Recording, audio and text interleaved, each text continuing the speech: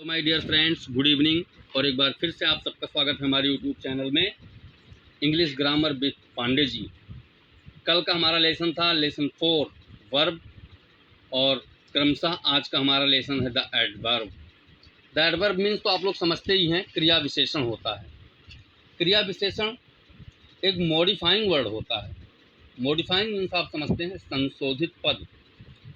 विशेषता तो ये भी बताता है, लेकिन किस चीज़ की विशेषता बताता है ये चीज़ आज आपको इस लेसन में मिलने वाली है। तो आप लोग एक काम ज़रूर कीजिएगा कि कॉपी और पेन हम बिल्कुल लेके साथ में बैठिएगा, क्योंकि कुछ वर्ड ऐसे हैं जो मैं हो सकता है केवल स्पीच में बोलूँ, लिखूँ ना, तो वो चीज़ आपको अपने कॉपी में नोट करना है, वीडियो को रोक करके, तभी पूरी वीडियो समझ में आएगी। वीडियो को लास्ट तक ज़रूर देखेंगे। एडवर्ब की आज मैं कुछ आपको ऐसी चीज़ें बताने वाला हूँ एडवर्ब में, जो आपको हो सकता है कुछ किताबों में भी ना मिले। मैं कहीं और से भी सर्च करके ये सारी चीज़ें आपके सामने रखने जा रहा हूँ। और अब हम लोग बढ़ते हैं अपने क्लास की तरफ। तो द एडवर्ब मीन्स होता है क्रिया विशेषण। जैसा कि मैंने कहा अभी आपको बताया है कि मॉडिफाइंग वर्ड होता है, और इसका जो सिंपल सा डिफिनेशन होता है वो आपको नीचे दिख रहा है। An adverb is a word that modifies every parts of speech. एक एडवर्ब जो है वो प्रत्येक पार्ट्स ऑफ स्पीच को मॉडिफाई करता है। Expect a noun, pronoun and interjection. Noun, pronoun और इंटरजेक्शन को छोड़ के। तो एडवर्ब मीन्स क्रिया विशेषण। हिंदी में आप देख पा रहे हैं वह सब जो नाउन, प्रोनाउन तथा इंटरजेक्शन को छोड़कर अन्य सभी पार्ट्स ऑफ स्पीच की विशेषता को प्रकट करता है। बट मैं आपको भी बताऊंगा कि एक जो एडवर्ब होता है ये नाउन, प्रोनाउन के साथ साथ एक सेंटेंस की भी विशेषता बताता है, एक सेंटेंस को भी मॉडिफाई करता है। अभी आपको मैं नीचे विथ एग्जाम्पल बताने वाला हूँ। तो फॉर एग्जाम्पल जो आपकी पार्ट्स ऑफ स्पीच की विशेषता बताता है, जैसे हमने लिखा ही स्पीक्स इंग्लिश करेक्टली। तो ही स्पीक्स इंग्लिश करेक्टली, यहाँ पे स्पीक्स वर्ड जो हमारा क्या है, वर्ब है, और ये वर्ब को मॉडिफाई करता है। ये वर्ब को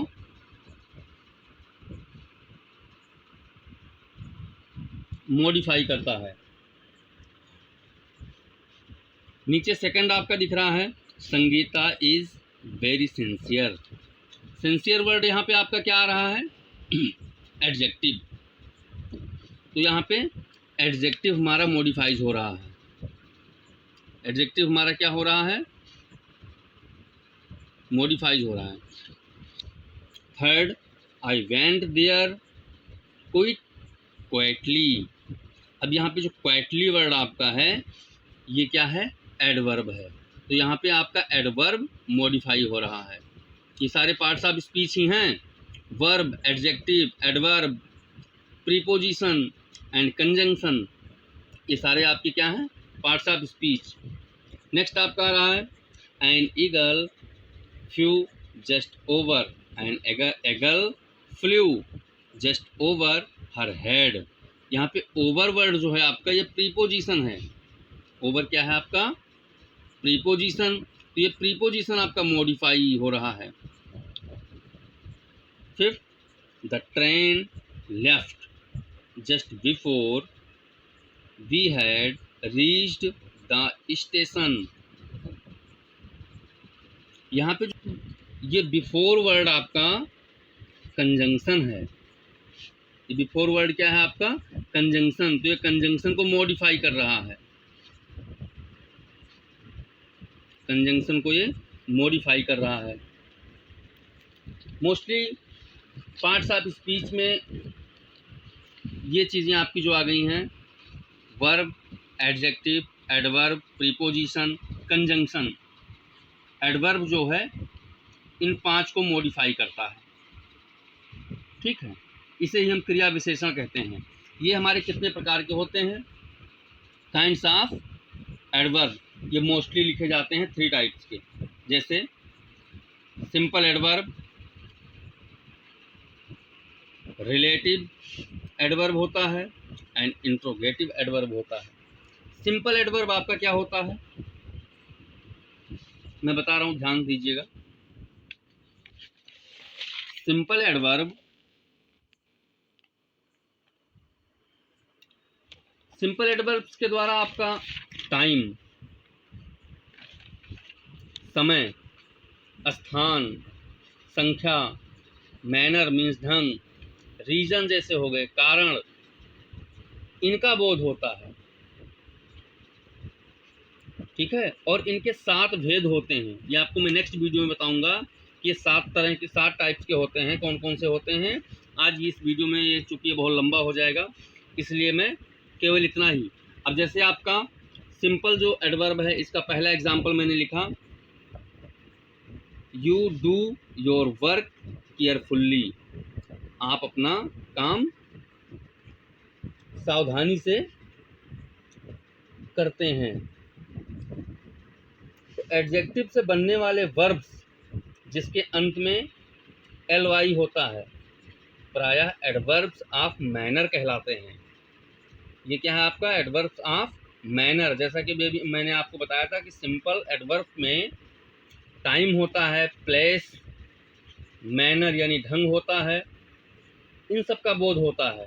तो इसमें आपका किसका बोध हुआ है, केयरफुल्ली, सावधानी से।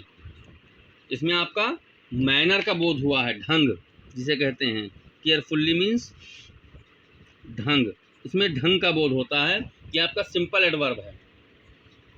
सेकंड नंबर आपका जो आता है relative, relative adverbs. Relative adverbs 2 वाक्यों को जोड़ता है। रिलेटिव मीन्स आप लोग समझते हैं संबंध होता है, तो रिलेटिव एडवर्ब 2 वाक्यों को जोड़ता है। जैसा कि आप नीचे देख पा रहे हैं, रिलेटिव एडवर्ब्स के मैंने एक एग्जांपल दिया हुआ है कि this is the reason why she was late. यहाँ पे वाई शब्द जो आप देख पा रहे हैं, ये जोड़ने का काम कर रहा है। तो ये आपका क्या हुआ, रिलेटिव एडवर्ब्स हुआ, क्योंकि यहाँ पे जोड़ने का काम कौन कर रहा है, वाई। तो ये आपका रिलेटिव एडवर्ब्स होता है। और इंट्रोगेटिव एडवर्ब्स, इंट्रोगेटिव एडवर्ब्स को आप जानते हैं जिसमें प्रश्न पूछा जाए, प्रश्नवाचक चिन्ह भी लगा होता है और प्रश्न पूछा जाता है। जैसे जिस भी वाक्य में वाई, व्हाट, हुम, व्हिच, ये सब लगा होता है। जैसे why are you so sad, तुम इतने दुखी क्यों हो, तो यहाँ पे वाई वर्ड लगा हुआ है ना, ये वाई आपका प्रश्नवाचक वाक्य होता है। ये आपका इंट्रोगेटिव एडवर्ब्स होता है। अगर मैं थोड़ा सा विस्तार से आप लोगों को बताऊं काइंड्स ऑफ एडवर्ब के बारे में, तो काइंड्स ऑफ एडवर्ब जो है 9 प्रकार के मैं लिखता हूं। यहाँ पे मैंने 3 टाइप्स आपको जो बताया है, तो 3 टाइप्स मोस्टली 8th क्लास तक के बच्चों के लिए उचित है। 6 यानी 5th क्लास से, मान लीजिए 5th क्लास से लेकर के 8th क्लास तक के बच्चों के लिए ये 3 टाइप्स ठीक हैं। लेकिन मैंने थोड़ा सा आगे भी इसको 9 टाइप्स के लिखे हैं। वो 9 टाइप्स कौन कौन से, एडवर्ब्स ऑफ टाइम, इस तरह से भी आप लिख सकते हैं कि नंबर 1 है आपका एडवर्ब्स ऑफ टाइम यानी समयवाचक क्रिया विशेषण, आप इसको नोट करते रहिएगा। Second number adverbs of place, स्थानवाचक क्रिया विशेषण। थर्ड नंबर आपका आता है एडवर्ब्स ऑफ नंबर, फ्रीक्वेंसी, संख्यावाचक क्रिया विशेषण। नंबर 4 आपका आता है एडवर्ब्स ऑफ क्वांटिटी या रेंज या डिग्रीज, परिणामवाचक क्रिया विशेषण जिसे कहते हैं। नंबर 5 एडवर्ब्स ऑफ मैनर, विधिवाचक क्रिया विशेषण। नंबर 6 एडवर्ब्स ऑफ रीजन यानी कारण वाचक क्रिया विशेषण। नंबर 7 है आपका एडवर्ब्स ऑफ अफर्मेटिव और नेगेटिव, सकारात्मक या नकारात्मक क्रिया विशेषण। 8वां नंबर आपका इंट्रोगेटिव एडवर्ब्स आता है, जो मैंने अभी आपको बताया भी है, प्रश्नवाचक क्रिया विशेषण जिसे कहते हैं। और 9वां नंबर आपका आता है रिलेटिव एडवर्ब्स, संबंधवाचक क्रिया विशेषण। इसकी मैं एक एक करके विस्तार से भी जानकारी दूंगा आपको अगले वीडियो में। आज के लिए मुझे लगता है कि ये एडवर्ब आपको अच्छे से समझ में आ गया होगा। कहीं कोई अगर दिक्कत होती है, समस्या होती है, तो आप अपने कमेंट बॉक्स में लिख करके मुझसे पूछ सकते हैं। आज की हमारी ये क्लास समाप्त होती है। जय हिंद, जय भारत।